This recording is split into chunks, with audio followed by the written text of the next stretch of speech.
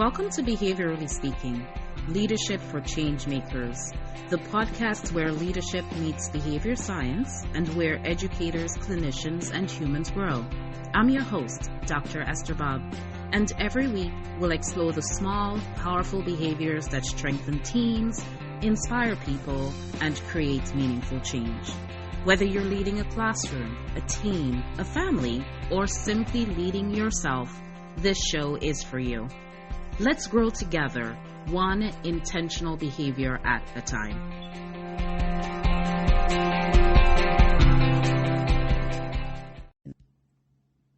Welcome to Behaviorally Speaking, Leadership for Changemakers.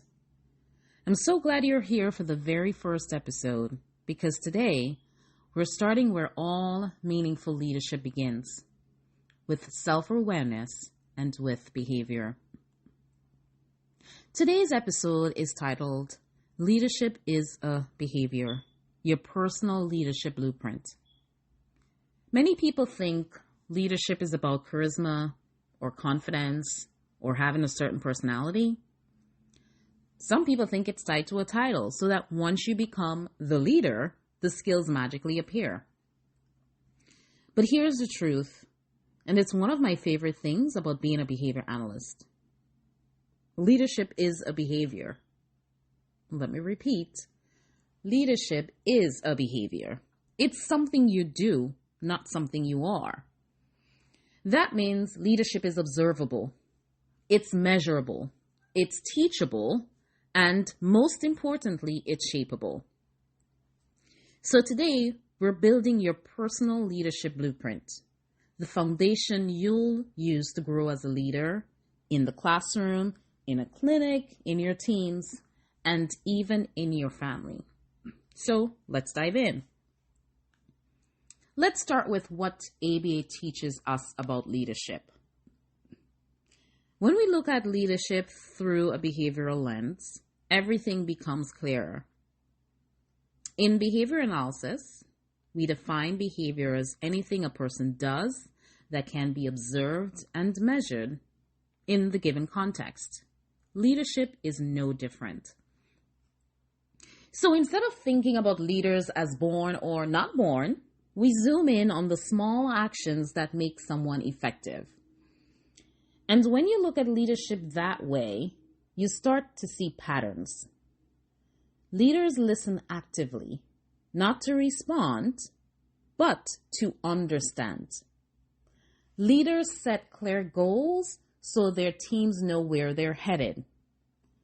Leaders use reinforcement intentionally to strengthen what's going well. Leaders regulate their own emotions because people model what they see. Leaders communicate with clarity, reducing confusion and frustration. Leaders model calm, especially when others feel overwhelmed. These aren't personality traits. They're actually behaviors. And behaviors can be strengthened with practice.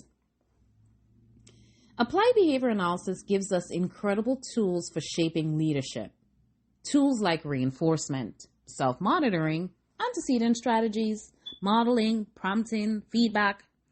All the things we use every day with children and teens. What I want you to hear is this. Leadership is within your control. Let me repeat it.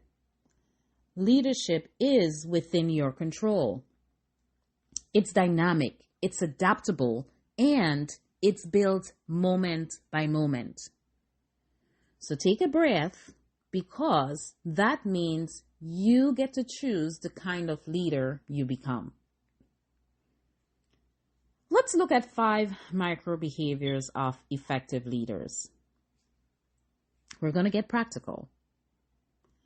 I want to share 5 microbehaviors that effective leaders use every day. Things you can start practicing immediately. These are tiny but powerful behavior-based actions that compound over time. Microbehavior 1. Pause before responding. This is actually emotional intelligence in real time. That tiny pause gives your brain time to choose your response instead of reacting. It's one of the simplest ways to model emotional regulation. So think about this classroom example. A teacher notices a child refusing to transition. What could the teacher do? Respond or react? Instead of reacting, the teacher takes a 2-second breath and responds calmly to the student. What about a supervision example? During supervision, your supervisee gives difficult feedback. As the supervisor, you can choose to respond or react. So thinking about pausing before responding, you pause, you breathe, and you say, for example, "Thank you for sharing that." Microbehavior 2. Scan for strengths. This is a core practice in strengths-based leadership. We often focus on fixing what's going wrong. How about the alternative? Before you take the time to think about fixing what's going wrong, how about taking a few moments to notice what's going right? You're only going to need a few, because often what's going right is usually right in front of our eyes. We tend not to see them because we're focusing on fixing what's going wrong. But if we shift our approach to notice what's going right, they will suddenly become very visible. Think about this clinical example. One of your staff, one of your behavior technicians, for example, is struggling with data collection. But instead of focusing on the incorrect data collection, you start by reinforcing what's going well. So, for example, this technician does an excellent job building rapport with the student. So you reinforce the rapport that they're building with the student. You'll have lots of time to support the technician with improving data collection. Strengthening the technician in the moment by recognizing the strengths and reinforcing how that technician is building rapport with the student simultaneously builds the momentum of that technician and builds the momentum of that technician with the student.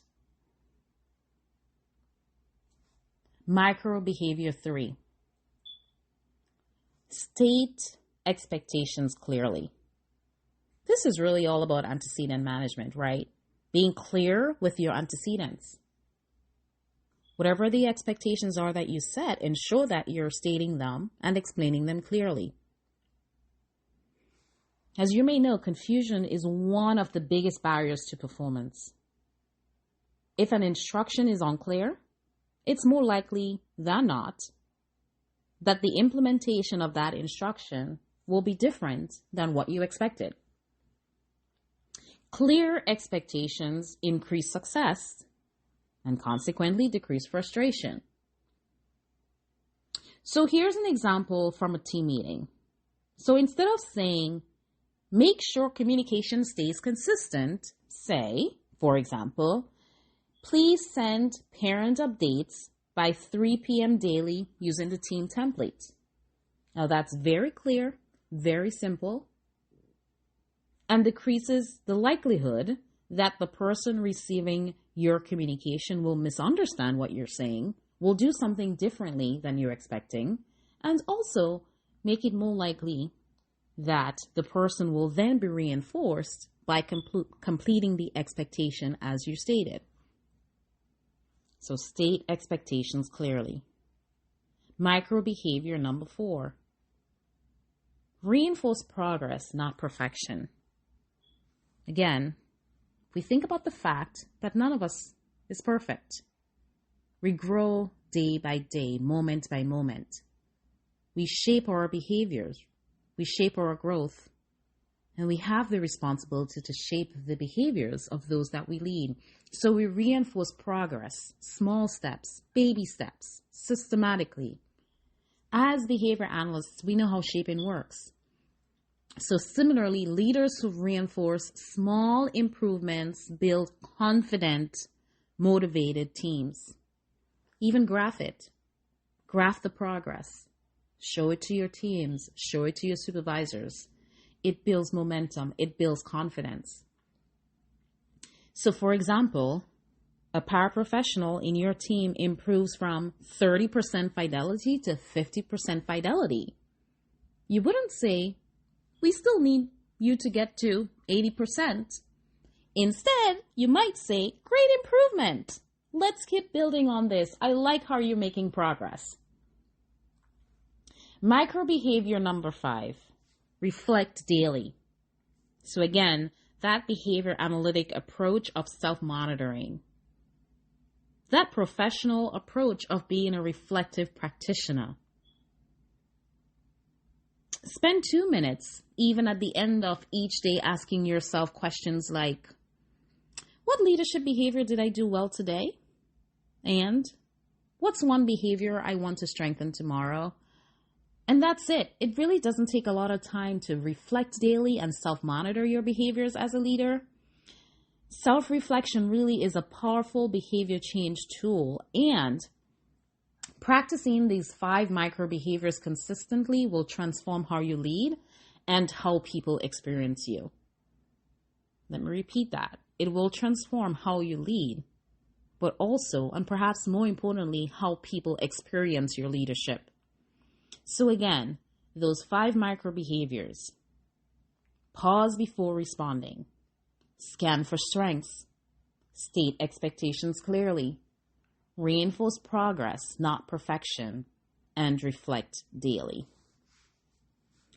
Let's move into a personal leadership style reflection exercise. I want to take some time to guide you through a short, grounding reflection to start building your leadership blueprint.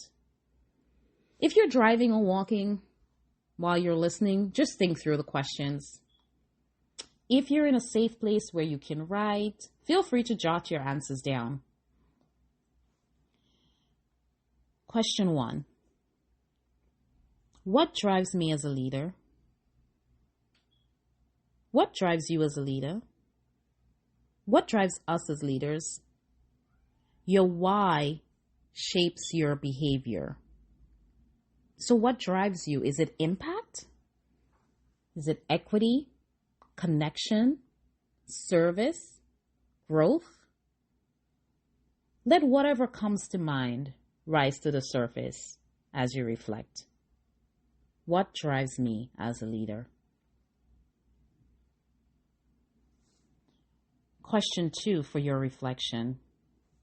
What values do I lead from? What are my values that impact my leadership?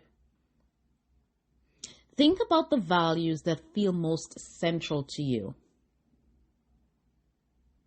Values like integrity, compassion, transparency, curiosity, courage, and the list goes on and on and on. But what are your values?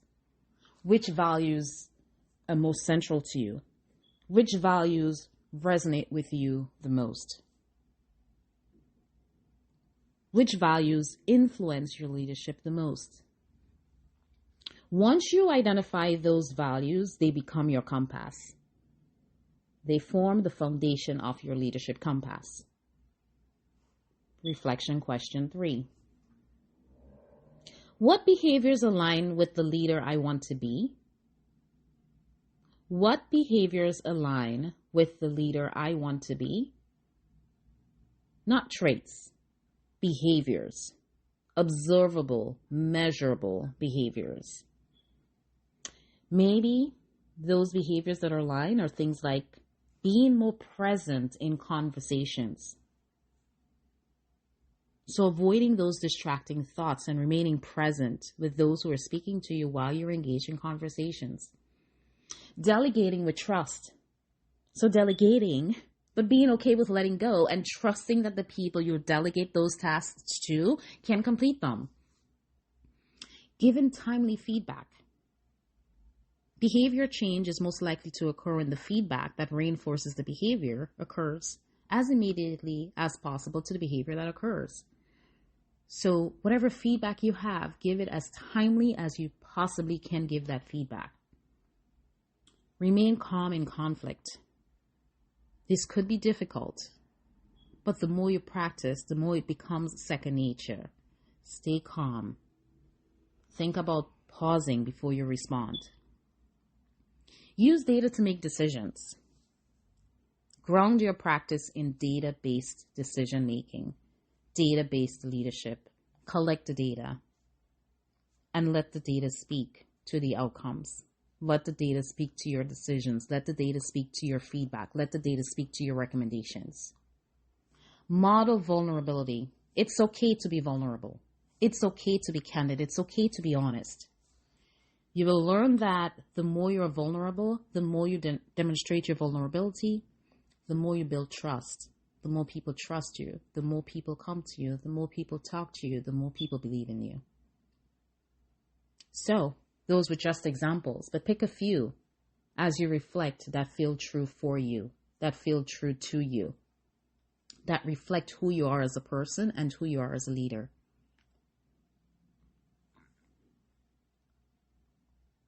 As you reflect, think of using self-rating checklists. So here are some examples. And again, there are several self-rating checklists available. So for example, you can rate yourself from 0, I never do this, to 5, I do this consistently on behaviors. For example, I communicate expectations clearly. So on a scale of 0 to 5, how would you rate yourself? 0 being I never do this, to 5 being I do this consistently. Behavior 2, I give specific behavior-based feedback. As you're thinking and you're reflecting, behavior 3, I reinforce progress regularly. Behavior 4, I model the calm I want others to show. Behavior 5, I listen with openness and curiosity. Behavior 6, I reflect on my own leadership behaviors daily. Behavior 7, I make decisions aligned with my values. Behavior 8, I notice and highlight strengths in others. Again, for all of these behaviors on a scale of 0 to 5, 0 being I never do this, to 5 being I do this consistently. Keep in mind your scores are not a judgment of yourself. Your scores are simply a component of your daily self-reflective practice. These scores, if this is your first time answering these questions, really form your baseline, your starting point.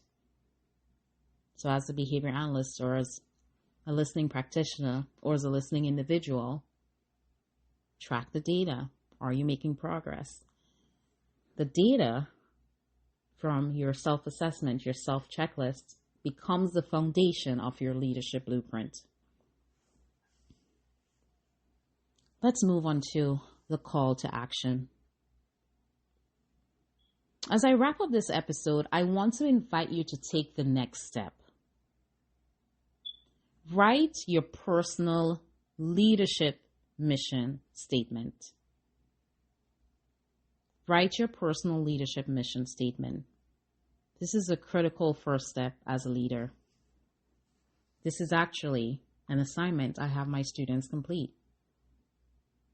Your leadership mission statement doesn't have to be long.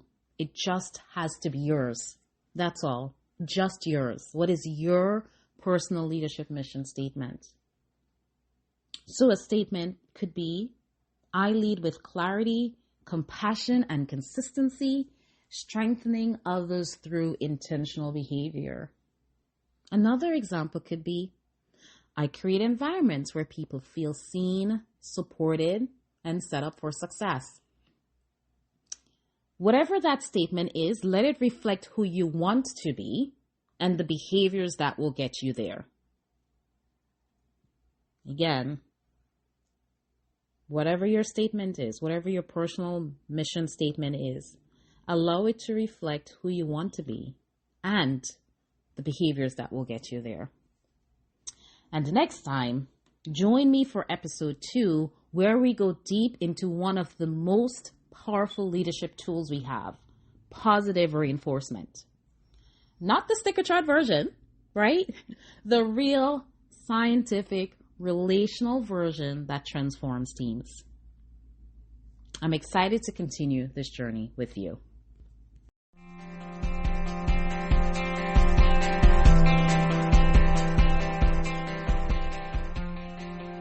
Thank you for joining me on Behaviorally Speaking, Leadership for Changemakers. If today's episode inspired you, share it with someone who leads, teaches, or influences others. Remember to follow the show and leave a review. It helps us reach more changemakers like you. Until next time, keep leading with clarity, compassion, and purpose.